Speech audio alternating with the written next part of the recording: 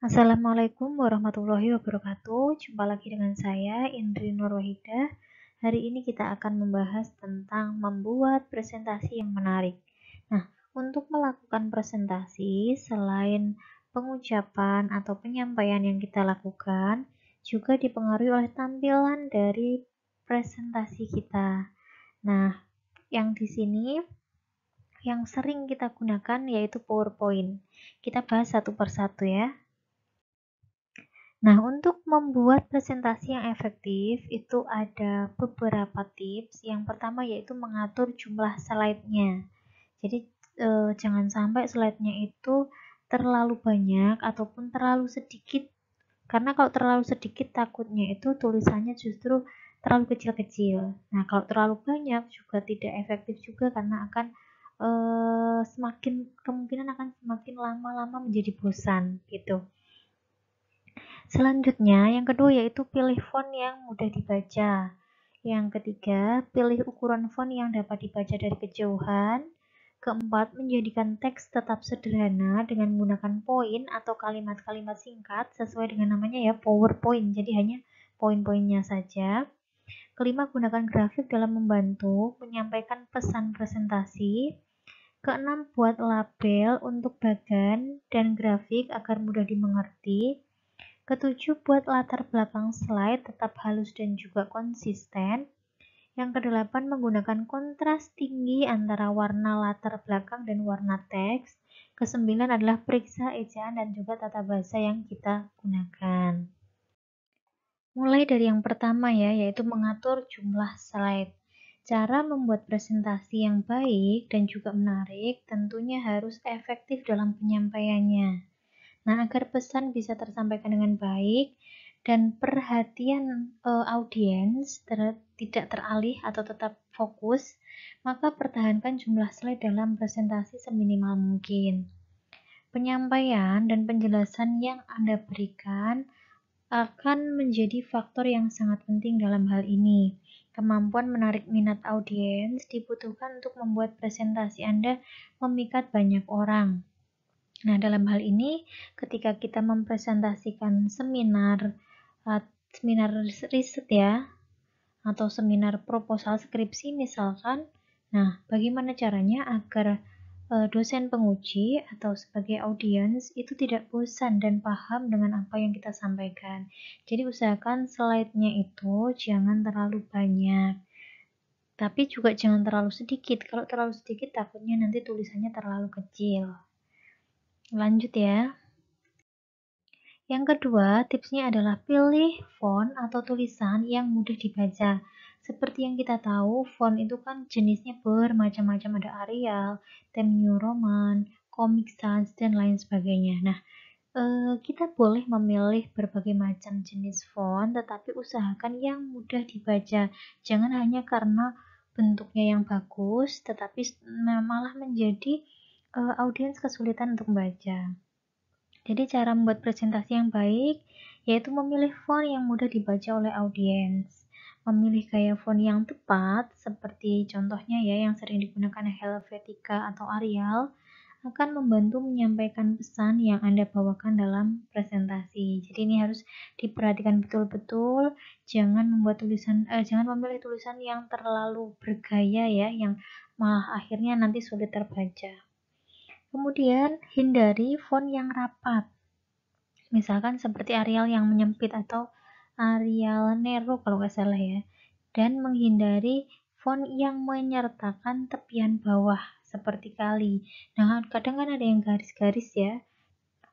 Kemudian Anda juga harus memperhatikan apakah font yang Anda pilih bisa dibaca dari jarak jauh. Jadi kadang ada yang memang jenis tulisannya terlalu tipis ya. Nah, itu juga takutnya nanti tidak jelas dibaca dari jarak yang agak jauh. Jadi pilih yang kira-kira kalau kita membaca dari jarak jauh itu masih terlihat. Kemudian pilih ukuran font yang dapat dibaca dari kejauhan. Nah, ini nyambung dari yang nomor 2 tadi. Selain font yang mudah dibaca, harus pilih font yang mudah dibaca oleh audiens. Karena kan kalau kita mungkin bisa melihat presentasi kita itu tidak di layar tapi di laptop ya. Tapi kan audiens hanya melihat di layar yang ditampilkan. Nah, kalau jarak antara audiens dengan layar tidak terlalu dekat, otomatis kan tulisan fontnya itu harus agak lebih besar. Nah, sama seperti pemilihan font yang tadi, ukuran font juga memiliki peranan yang sangat penting sebagai cara membuat presentasi yang baik. Memilih ukuran font yang tepat dapat membantu menyampaikan pesan dari presentasi Anda. Nah, kemudian Anda bisa berpatokan pada pengukuran berikut dalam menentukan ukuran font di layar komputer. Sebelumnya, Anda harus mengaktifkan terlebih dahulu mode layar penuh pada tab tampilan, lalu dalam grup tampilan presentasi, klik peragaan slide. Jadi bisa di slideshow dulu ya, kita cek. Nah, kalau sudah di slideshow, apakah tulisannya masih besar, masih terlihat jelas? Kemudian pengukuran tersebut menunjukkan ukuran font pada layar komputer Anda, bukan saat diproyeksikan pada layar untuk audiens dalam mode layar penuh. Nah, jadi kalau kita mau bikin tulisan kecil pun ya pasti kelihatan ya, karena kita mau lihatnya kan di laptop. Tetapi ketika nanti ditampilkan di layar, itu kan akan berbeda, karena orang melihatnya tidak dengan jarak dekat seperti kita melihat laptop. Kemudian yang keempat, yaitu buat teks tetap sederhana dengan menggunakan poin atau kalimat singkat. Nah, ini poin yang sangat penting, karena selama ini kebanyakan berpendapat atau masih berpikir bahwa PowerPoint itu ya ngambil atau menyalin dari teks aslinya. Misalkan kita punya proposal skripsi katakanlah. Kemudian kita hanya copy paste seluruhnya, kemudian kita masukkan ke PowerPoint. Nah, intinya bukan seperti itu ya. Seperti namanya, presentasi menggunakan PowerPoint berarti hanya poin-poinnya saja. Kalau kita ingin menyampaikan latar belakang, ya tampilkan saja hal-hal yang penting mengenai latar belakang tersebut. Nah, nanti dari poin-poin tersebut kita dapat menceritakan atau mengembangkan menceritakan yang menjadi lebih jelas. Jadi tidak harus semuanya itu dimasukkan dan ditulis di slide atau PowerPoint-nya. Cara membuat presentasi yang baik selanjutnya adalah ini, membuat poin dan kalimat singkat saja. Gunakan poin atau kalimat singkat dan cobalah untuk mempertahankan masing-masing satu baris. Artinya tanpa kalimat-kalimat teks yang terlalu panjang. Kemudian, salah satu cara membuat presentasi yang baik ini bertujuan agar audiens mendengar Anda dalam menyampaikan informasi dan tidak terlalu terfokus ke layar monitor saja. Jadi, kadang kalau tulisannya terlalu banyak berparagraf, akhirnya kan audiens akan melihat di layar saja, fokus karena baca terlalu panjang. Tapi kalau poin-poin kan, oh poinnya ini, kemudian akan menyimak dan mendengarkan apa yang sedang Anda presentasikan. Kalimat yang panjang tentunya mengganggu konsentrasi audiens dari mendengarkan Anda karena membaca kalimat di slide presentasi. Nah, ini seperti saya jelaskan tadi ya, fokusnya nanti bukan ke yang presentasi tapi malah baca teksnya. Jadi hindari dengan menggunakan kalimat-kalimat yang terlalu panjang. Kalau latar belakang berarti ya sampaikan poin-poinnya. Misalkan hasil belajar peserta didik di TKA misalkan itu rendah. Nah, nanti kembangkan lagi rendahnya kenapa, penyebabnya apa, dan lain sebagainya bisa dikembangkan. Nah, ini contoh ya, ini adalah contoh dari penyusunan latar belakang. Nah, ini saya sampaikan ketika pengabdian kepada masyarakat. Nah, ini saya berikan contoh. Jadi misalkan kita menyampaikan mengenai latar belakang. Latar belakang itu apa misalkan? Nah, di sini saya buat masing-masing satu kalimat. Jadi latar belakang itu berisi misalkan deskripsi tentang kesenjangan bla bla bla. Kemudian yang kedua, latar belakang bla bla bla. Nah, kita bisa buat dengan bagan-bagan smart art seperti ini ya. Nah, ini bebas saja. Yang jelas tulisan harus jelas ya. Jelas, terbaca, kemudian ukurannya tadi ya, ukurannya juga harus terbaca atau jangan terlalu kecil, kemudian jangan terlalu banyak. Nah, ini saya batasi masing-masing adalah satu kalimat. Nah, nanti bisa kita kembangkan sendiri. Selanjutnya, yang kelima adalah gunakan grafik dalam membantu menyampaikan pesan presentasi. Nah, kita bisa memanfaatkan menggunakan grafik, jadi tidak harus selalu hanya berupa tulisan. Bisa gambar, grafik, dan lain sebagainya. Nah, selanjutnya Anda juga bisa memasukkan berbagai grafik art atau kalau di PowerPoint itu namanya smart art ya. Kita tinggal klik, nanti ada pilihan-pilihannya. Nah, ini seperti yang saya gunakan pada contoh sebelumnya tadi. Itu saya menggunakan smart graphic art. Kemudian, cara membuat presentasi yang baik, satu ini bisa digunakan grafik untuk membantu bercerita. Nah, kita juga bisa menggunakan grafik-grafik untuk menyajikan data. Hal ini sangat baik untuk menarik minat audiens pada presentasi Anda, biar tidak terlalu monoton dan tidak terlalu membosankan. Namun jangan membebani audiens dengan menambahkan terlalu banyak grafik ke slide. Kalau terlalu penuh, itu juga tidak bagus. Jadi, usahakan jangan terlalu memaksakan memasukkan pada semua slide. Hal ini tentunya membuat presentasi Anda menjadi membosankan. Kalau semuanya isinya grafik tiap slide, itu juga akan membosankan. Jadi, kita bisa memvariasi. Kemudian ini saya berikan contohnya ya. Nah, kita menggunakan tadi smart art atau grafik, misalkan di situ pilihan smart art-nya macam-macam. Nah, ini latar belakang. Saya contoh saja ya ini sebagai contoh. Nah, tadi saya cerita bahwa latar belakang itu tidak perlu kita tulis semuanya komplit, paragrafnya dimasukkan. Nah, nanti terlalu banyak slide. Jadi kita masukkan inti-intinya apa, nanti bisa kita kembangkan dari inti-inti tersebut. Ini hanya contoh saja ya, contoh tampilan. Kemudian yang keenam, buat label untuk bagan dan grafik agar mudah dimengerti. Nah, selanjutnya, supaya presentasi Anda lebih mudah dimengerti, Anda bisa menggunakan teks yang cukup untuk membuat elemen label dalam bagan atau grafik dipahami. Dengan begitu, tidak hanya menarik, presentasi Anda juga akan lebih efektif tersampaikan kepada para audiens. Nah, ini kita bisa gunakan bagan atau grafik ya untuk menyampaikan hasil sebuah data. Nah, misalkan data hasil pengukuran hasil belajar, pengukuran motorik, kemampuan peningkatan motorik anak, dan lain sebagainya. Itu kita bisa sampaikan dalam bentuk bagan ataupun grafik agar lebih mudah, tidak harus baca paragraf-paragraf, tapi langsung kelihatan perbedaannya. Nah, saya berikan contohnya. Nah, ini untuk metode. Contoh saja ya ini. Misalkan saya menyampaikan tentang metode penelitian yang saya gunakan. Karena saya menggunakan pengembangan, langkah pertama adalah ini. Nah, kita masukkan ke bagan. Kemudian, selanjutnya ini, langkah kedua. Sesuai dengan anak panahnya sampai terakhir adalah diseminasi. Misalkan begini. Nah, jadi ini akan lebih efektif daripada kita menuliskan dalam bentuk paragraf. Langkah pertama dalam atau metode penelitian yang kita gunakan adalah penelitian pengembangan diawali dengan studi pendahuluan, kemudian perencanaan, bla bla bla. Kalau kita menuliskan dengan cara paragraf seperti itu, maka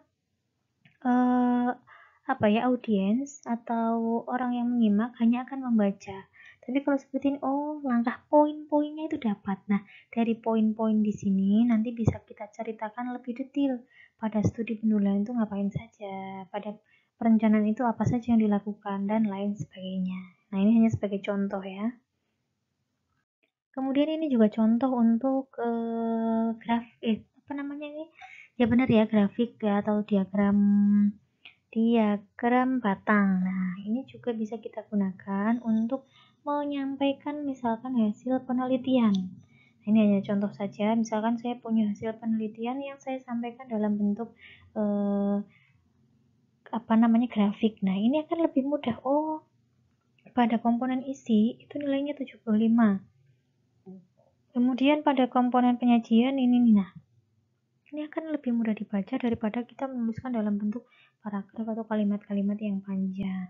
Kemudian bisa kita kasih keterangan, misalkan di sini semua dalam kategori baik gitu. Nah, untuk penjelasan lebih lanjut, kenapa ini 75 baik, ini juga baik. Nah, nanti kita bisa jelaskan dari indikatornya. Tapi tidak perlu semuanya ditulis di slide-nya gitu. Kemudian yang ketujuh yaitu pastikan latar belakang slide tetap halus dan konsisten. Nah, maksudnya cara membuat presentasi yang baik selanjutnya adalah membuat latar belakang slide tetap halus dan konsisten. Nah, ini dilakukan agar audiens lebih nyaman melihat presentasi yang kita tampilkan. Namun, jangan pilih yang terlalu mencolok agar tidak mengaburkan pesan presentasi Anda. Background ya. Nah, ini kan saya pilih warna backgroundnya ini agak-agak ada kuning-kuning semu putih ya. Nah, ini kan terang. Jika backgroundnya terang, maka tulisannya harus gelap. Sebaliknya, kalau backgroundnya gelap, tulisannya ya jangan gelap, nanti tidak terbaca. Jadi kita harus pintar-pintar mengatur kontras warna. Bayangkan kalau kalian membuat backgroundnya itu warna orange, kemudian tulisannya juga warna coklat. Nah, ini nanti kontrasnya kurang. Atau warna merah, kemudian merah bata misalkan, kemudian tulisannya nanti berwarna merah muda atau warna-warna kuning. Nah, itu akan tidak terbaca. Jadi usahakan untuk dilihat itu enak, matanya tidak lelah, kemudian dapat terbaca dengan jelas. Kontras warna itu penting. Kemudian pilih template yang menarik, konsisten, atau tema yang tidak terlalu menarik perhatian. Maksudnya di sini tidak berlebihan. Terkadang kan ada tema yang, kalau ini kan saya hanya ada gambar sedikit ya di sini. Nah, ini tidak masalah. Ada juga yang ada animasinya di sini, di sini ada lagi, di sini. Nah, semuanya full. Nah, ini kalau terlalu ramai, takutnya nanti fokusnya tidak ke materi yang kita sampaikan, tetapi lebih tertarik mengamati gambar-gambar bergeraknya, dan bahkan mungkin itu kurang nyambung dengan apa yang ingin kita sampaikan. Jadi, jangan memilih tema yang terlalu berlebihan. Anda tentunya tidak ingin latar belakang atau desain malah mengalihkan pesan presentasi, nanti salah fokus audiensnya, gitu ya. Kemudian yang kedelapan, gunakan kontras tinggi antara warna latar belakang dan warna teks. Nah, ini pasti berhubungan dengan yang sebelumnya tadi. Masih seputar warna dan latar belakang, Anda bisa menggunakan kontras tinggi antara warna latar belakang dan juga warna teks. Nah, contohnya seperti yang saya gunakan sekarang. Karena di sini latarnya itu mendekati putih ya, ke arah putih, jadi saya gunakan tulisannya berwarna hitam, atau bisa coklat tua, biru, dan lain sebagainya, warna-warna gelap intinya. Tema secara otomatis mengatur kontras antara latar belakang yang terang dengan teks berwarna gelap. Ini ya, ini latar belakang saya kan terang karena warnanya ini ya, warnanya agak-agak putih-putih gitu, dengan teks berwarna gelap. Nah, ini teks saya warna hitam gelap. Atau sebaliknya, kalau latarnya gelap dengan teks berwarna terang, ini harus diperhatikan betul-betul. Jadi jangan sampai sudah latarnya terang, tulisannya nanti kuningnya terang. Nah, ini nggak kebaca nanti. Atau di sini latarnya itu kita pakai biru tua, kemudian tulisannya pakai warna tua lagi, merah atau coklat, nanti tidak akan terbaca.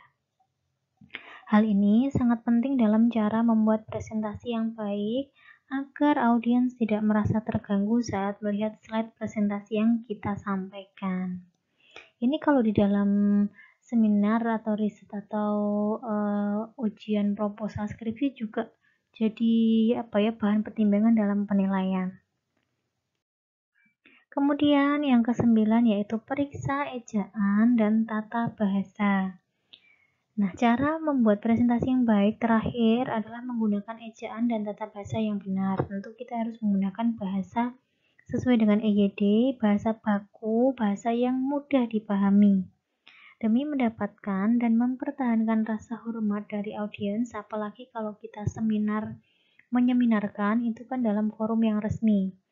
Nah, itu selalu periksa ejaan dan tata bahasa dalam presentasi Anda. Hal ini kerap kali dianggap sepele, padahal adanya kesalahan kecil seperti ini sering sekali diperhatikan oleh audiens. Nah, jadi ketika ada salah tulis dan lain sebagainya itu kan mengurangi nilai plus dari presentasi yang kita sampaikan, tampilannya itu menjadi poinnya kurang. Nah, jadi itulah cara-cara membuat presentasi yang menarik dan efektif ya, tadi ada 9. Jadi, jika ingin membuat sebuah presentasi yang menarik, perlu diperhatikan betul-betul dari segi tampilan. Nah, yang pertama kan yang paling dilihat adalah tampilan dulu. Buat tampilan yang sederhana tetapi menarik. Bisa memanfaatkan tadi ada ukuran ukuran font, jenis font, kemudian kontras warna, kemudian bisa menggunakan bagan, grafik, kemudian bisa juga menggunakan smart art. Tetapi kombinasikan atau inovasikan sesuai dengan kreativitas masing-masing, tetapi tetap harus jelas gitu. Jangan sampai karena terlalu banyak kreatif nanti warnanya terlalu bermacam-macam malah tidak jelas gitu ya. Baik, terima kasih atas perhatiannya. Semoga tips-tips dalam membuat presentasi yang menarik dan juga efektif ini dapat bermanfaat dan nanti dapat digunakan dan diterapkan dalam membuat presentasi untuk seminar. Baik, terima kasih atas perhatiannya. Semoga bermanfaat. Assalamualaikum warahmatullahi wabarakatuh.